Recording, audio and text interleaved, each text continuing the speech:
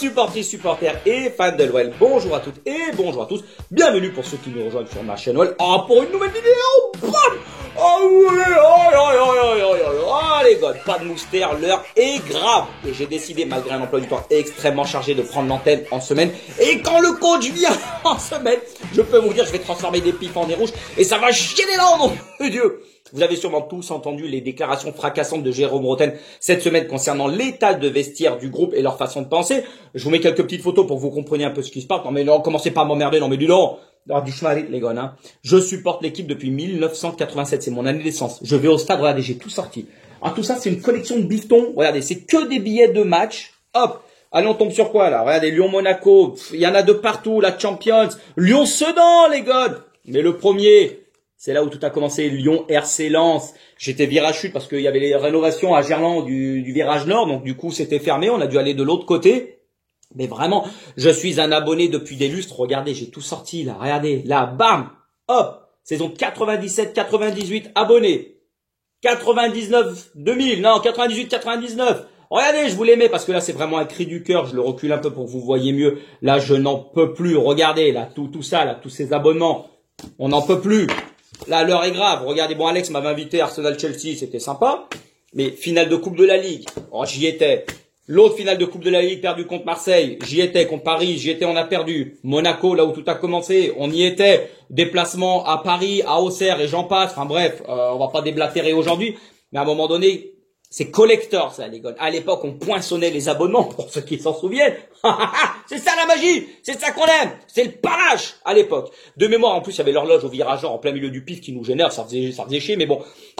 Je pourrais parler des heures tant la nostalgie, elle est présente, et peu importe nos âges, des plus jeunes aux plus anciens, tout ce que l'on souhaite en tant que supporter de l'OL, passionné ou non de foot, c'est pas grave. C'est de la gadoche, c'est d'aller au stade avec son gon, acheter une saucisse frite, c'est 36 € en ce moment. Un paquet de 3 churros, c'est 55 d'ailleurs. Mais d'habitude, pour ceux qui me suivent, c'est plutôt le terrain que j'analyse, moi, le concret, ce que l'on voit réellement, parce que le cancan des coulisses, le franc-franc-franc-freluche, c'est pas pour moi. D'autant que l'on doit être au courant en tant que supporter, peut-être de même pas 1% de ce qui se passe dans un vestiaire.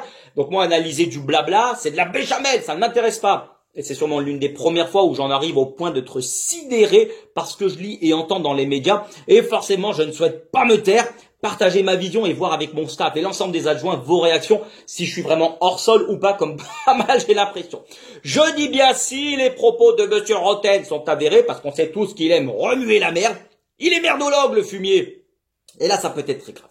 Récapitulons. Je le répète depuis des années, dans mes vidéos, l'OL est une institution déclassée depuis maintenant 4-5 piges. Même quand Tonton était notre président, c'était la chute libre qui a été entamée bien avant l'arrivée de Jojo Textor, le roi de la country avec son banjo. Il est en Santiago d'ailleurs. Les résultats sportifs sont médiocres. Depuis qu'on est dans le nouveau stade en 2016, je ne cesse de le marteler, on a fini 2 fois sur le podium les 2 premières années, donc 2017-2018. Pour jouer la Champions, ça n'est plus possible dans notre nouvel stade. On bégaye sévère. Il y a qu'en 2019, bon, il y a encore, voilà, c'était l'année Covid 2020, je mets à part le Final 8, vous suivez les mouches. Aujourd'hui, l'OL est au fond du trou. On réalise le pire début de championnat de toute notre histoire. Tous les chiffres sont dans le rouge. 3 points en 9 matchs. Pas une seule victoire depuis mai. C'était le dernier match au grand stade pour l'hommage à Tonton pour son départ. On a la pire attaque, quasiment la pire défense du championnat, la pire différence de but. On met pas un pied devant l'autre. On se fait chier dessus, le froc plein de merde et le slip, hop, on l'enfile tous sur la tête.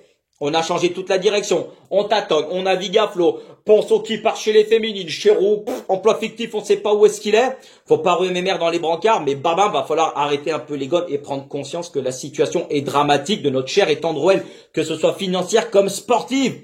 Je vous mets une petite photo de Jojo Textor parce que le président il est hors sol, enfin l'actionnaire. Au panache. Après la défaite face à Clermont, à la Sitkish, il nous embellit encore la mariée alors qu'elle est dégueulasse et elle pue la merde. Mais là, je lis, oui que les joueurs aujourd'hui, et c'est là le fond de la vidéo, ne sont pas contents car le nouvel entraîneur les fait trop travailler.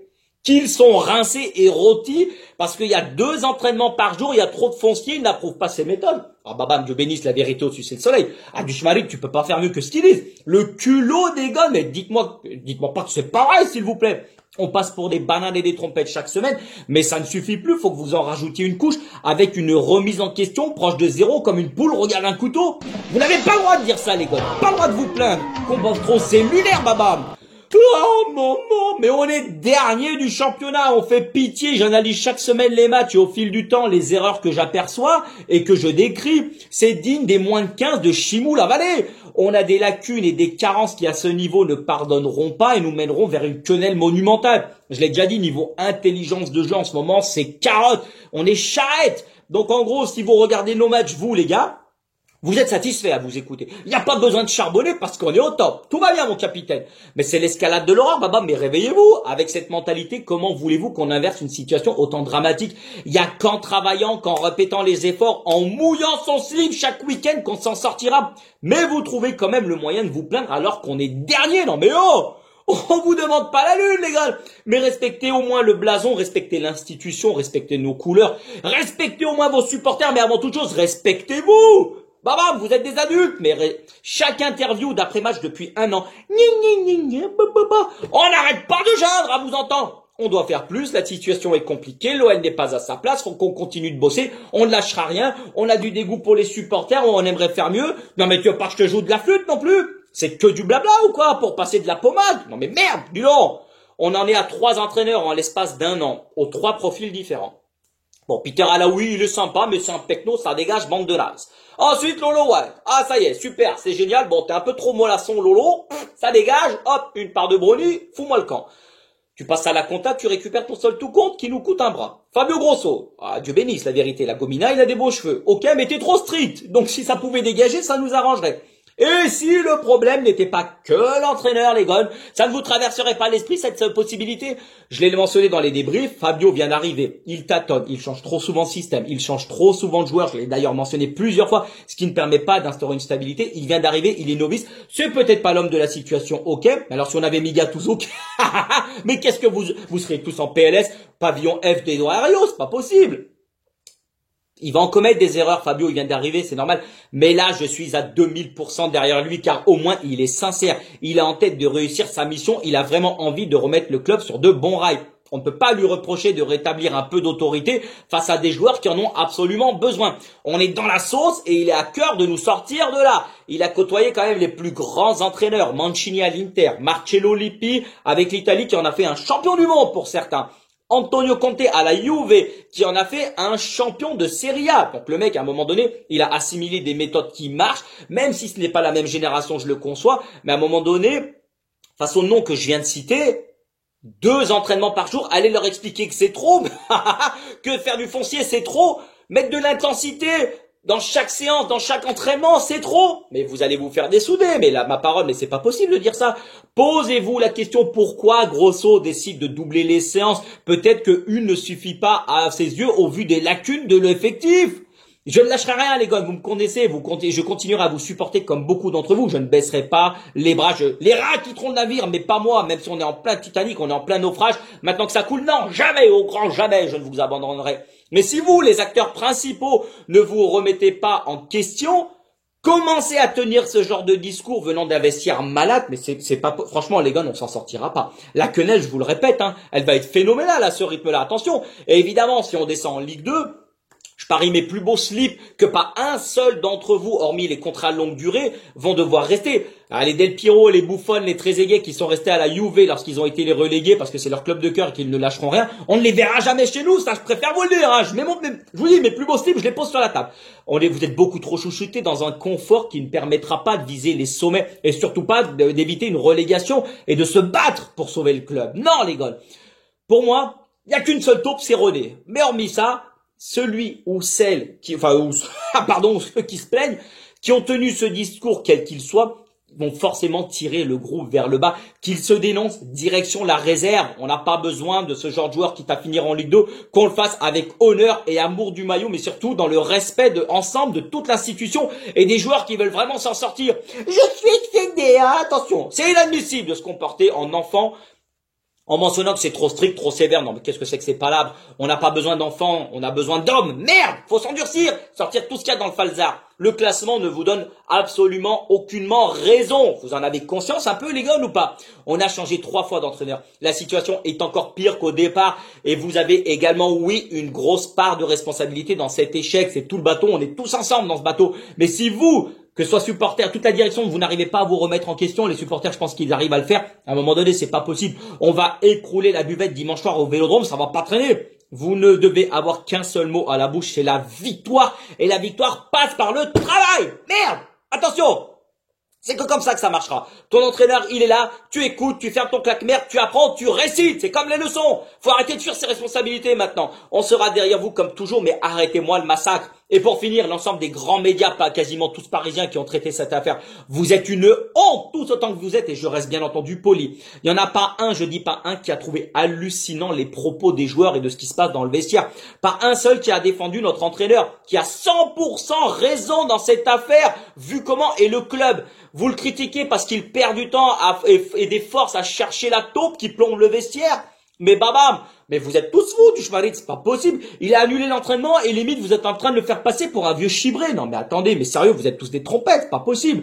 Quand il s'agissait du PSG, vous étiez les premiers à dessouder l'entraîneur parce qu'il se faisait manger par son groupe. Verratti qui fume sa tige à la mi-temps, le Ney qui passe ses soirées avec Mbappé à faire la diva et à faire la samba au Brésil. Non mais à un moment donné, ils étaient en roue libre, les mecs. Vous étiez les premiers à dénoncer, à critiquer. Avec ce niveau d'intelligence, le foot français n'ira pas bien là, je préfère vous le dire. Parce que cracher autant, alors que Grosso souhaite juste réussir et bien faire en mettant de la rigueur au centre de son projet, vous êtes à vomir. Parce que ça, c'est juste le B à bas d'un entraîneur. Les châtaignes, elles vont voler. Tu vas pas la voir venir, mon con. Ça va ricocher sur le voisin également, hein.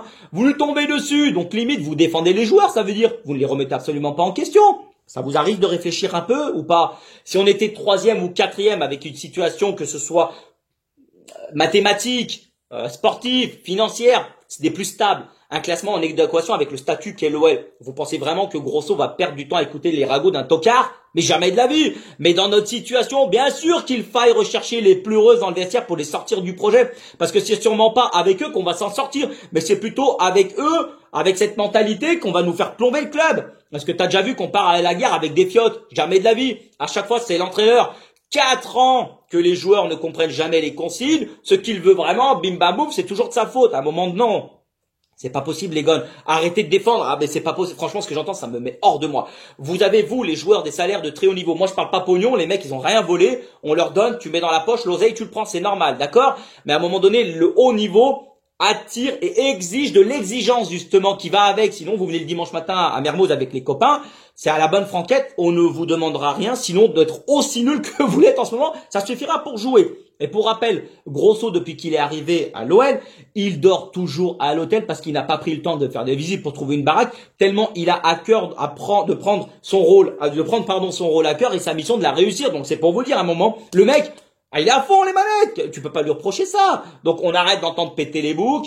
Il est grand temps de se regarder devant le miroir, à poil, les balaches à l'air. Surtout que dimanche, je profile l'Olympico, déplacement avec 600 gones qui vont encore faire le déplacement parce que c'est déjà complet. J'ai reçu un mail de la part du Virage Nord, voilà, qu'on pouvait s'y rendre d'ailleurs. On se tient à carreau, s'il vous plaît, pas de chicor, hein, un tout petit peu, mais voilà, on distribue pas de châtaigne, s'il vous plaît, de grâce, il y a des gones en tribune. Mais on va voir quelle équipe, quel système de jeu, mais moi j'y crois encore, babam, les gones, ne lâchez rien. On sera toujours derrière vous, même dans cette quenelle qui est la nôtre. Faites-nous rêver, babam, et lancez cette saison face à une équipe qui d'habitude en plus nous réussit particulièrement. Vous pouvez le faire, surtout qu'on change d'heure dans la nuit de samedi à dimanche, et vu que vous aimez pioncer, ça vous fera le plus grand bien 1 heure de plus. Mais s'il vous plaît, de grâce, à un moment, atterrissez. Là, vous êtes hors sol, là, à la vérité, voilà, au-dessus c'est le soleil, il n'y a pas d'autre mot. Donc s'il vous plaît, vous redescendez, on se regarde, on se pose tranquille, et soyez soudés, parce que sinon, on n'y arrivera pas. Allez les gars, c'est tout pour aujourd'hui. Dites-moi ce que vous en pensez dans les commentaires. N'oubliez pas, l'Olympique Lyonnais est et restera une formidable raison d'être heureux. Je m'emporte un peu, c'est à la bonne franquette, mais c'est normal. Mais ça ne reste que du foot. Le ballon est rond pour tout le monde. Voilà, il y a des choses bien plus graves dans la vie. Je vous l'ai déjà dit. Regardez avec tout ce qui se passe en ce moment dans le monde. C'est vraiment d'une tristesse sans nom. Allez, on se retrouve pour les briefs face à Marseille. Portez-vous bien, passez une belle journée. Il y a un peu de vent, donc mettez des cagoules et des mouloufs au niveau des poignets des enfants. Allez, tchuss les gars, des belles journées.